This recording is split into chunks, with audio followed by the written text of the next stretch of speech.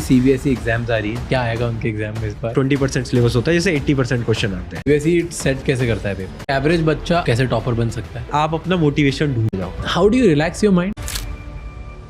क्या टिप्स है उनके लिए, क्या आएगा उनके एग्जाम में इस बार? सीबीएसई वाले जितने भी स्टूडेंट है ना, मुझे ऐसा लगता है कि मतलब एग्जाम जो बना है सीबीएसई, एक तो बहुत आसान एग्जाम है, बहुत इजी एग्जाम है। ओके, इतनी हाइप बनाई जाती है, but one of the easiest paper होते हैं बोर्ड एग्जाम।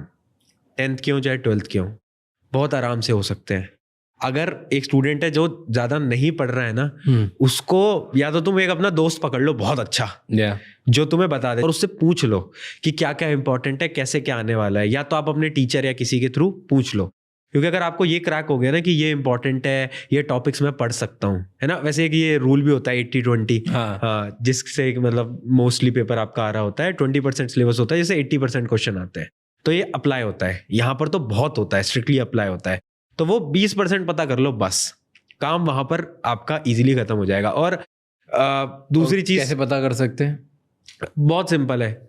जैसा एक तो आपका दोस्त, टीचर, दोनों ही नहीं है। तीसरा काम करो, प्रीवियस ईयर क्वेश्चन उठा लो, जितने उठा सकते हो। सीबीएसई के मान लो फिजिक्स है, फिजिक्स के आप उठा लो पिछले 7 साल के पेपर, बस। सीबीएसई सेट कैसे करता है पेपर? कैसे मतलब? प्रोसीजर, क्या प्रोसेस होता है, क्या सेट करता है कि 20% सिलेबस होता है उसमें से 80% बनता है? नहीं, ऐसा नहीं होता। पता है क्या होता है कि हर चैप्टर के कुछ टॉपिक होते हैं जो कि जरूरी है पढ़ना। कुछ होता है थ्योरेटिकल, बहुत, जिनकी ज्यादा नीड नहीं है। Okay. तो जब बोर्ड एग्जाम एक पेपर बनाएगा ना, तो उसे पता है कि इन चीजों की ज्यादा नीड नहीं है, तो वो टॉपिक्स मेनली क्वेश्चन के अंदर नहीं फॉर्म करता कभी भी। वो होती है ना साइड थ्योरीज जो होती है कि हाँ, जो इसको सपोर्ट कर रही है आर्ग्यूमेंट को। मेन क्वेश्चन वहीं से आएगा, मेन जो पॉइंट है। तो सीबीएसई का यही पैटर्न होता है कि उन्हें पता है कि यार ये जो है, एक तो ये आगे जाओगे तुम, जब हाई स्टडीज करोगे 11th-12th में जाओगे, या फिर 12th से कॉलेजेस में जाओगे, वहां पर ये टॉपिक्स काम आने, उनके क्वेश्चन होंगे। दूसरा वो है जो कि बहुत ज्यादा इंपॉर्टेंट, तो ऐसे वो उन टॉपिक के अराउंड बनाता है, ऐसा कोई फिक्स्ड नहीं है। एवरेज बच्चा आज जो ये देख रहा है वो कैसे टॉपर बन सकता है? स्टेप्स बताओ मुझे। देखो, अगर मैं बेसिक स्टेप्स की बात करूँ ना, तो पहला स्टेप तो यही है, जो मतलब जब मुझे पता चला कि मुझे करना है, बट मुझे क्यों करना है, मुझे रीज़न पता चला ना, मुझे लगा कि नहीं यार, बहुत हो गया, अब बहुत दुनिया वालों ने जलील कर लिया, अब हमें करना है। तो मेरा एक मोटिवेशन आ गया।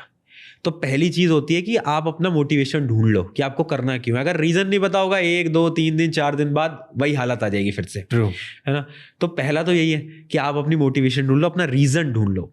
अब जब एक बार आपको रीज़न आपका मिल गया ना, तो उसके बाद आप डेली काम ऑटोमेटिक करने लगोगे। अब बस आपको चाहिए एक राइट पाथ, एक सही रास्ता, क्योंकि अब आपकी गाड़ी तो चल रही है, आपको बस एक रास्ता चाहिए ना कि जाना कहाँ पर है। अब वो गाड़ी को सही डायरेक्शन पे ले जाने के लिए आपको ये चाहिए कि मतलब मेरे हिसाब से मेरे टाइम पे क्या वर्क करा, वो था some of my good friends. And how do you relax your mind? How do I relax my mind?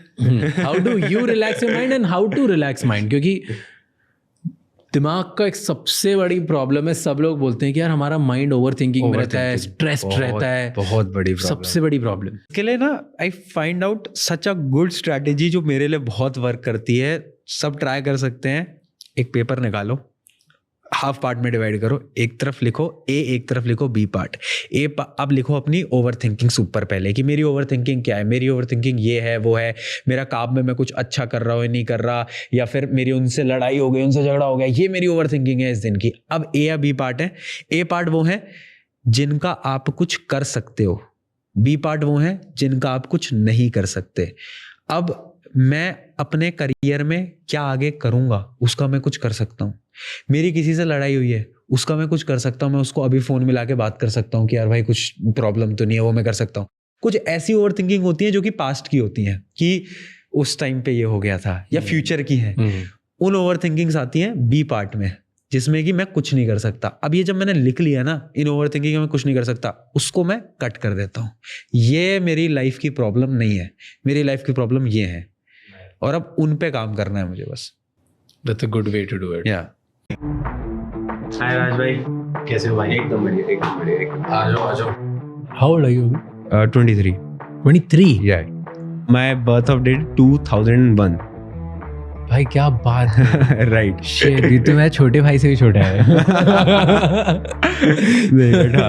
And do you have a goal? Thank you so much ये एपिसोड एंड तक देखने के लिए। आपको पता है कि आपको 3 चीज़ें करनी है। नंबर 1, अभी के अभी हमें सब्सक्राइब कर लो, क्योंकि अगर हमने आपको कुछ भी इनसाइट्स दिए तो प्लीज़ आपका एक subscribe can help us a lot.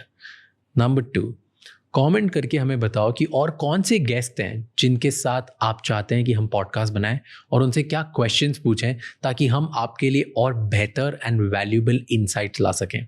And number 3, ये एपिसोड किसी एक इंसान के साथ ज़रूर शेयर करना जिसकी लाइफ में कुछ एक नया सीखने को मिलेगा उसे इस एपिसोड से, क्योंकि एक कॉन्वर्जेशन इनफ होती है किसी की लाइफ का नज़रिया बदलने के लिए। I will see you next time. Until then keep figuring out.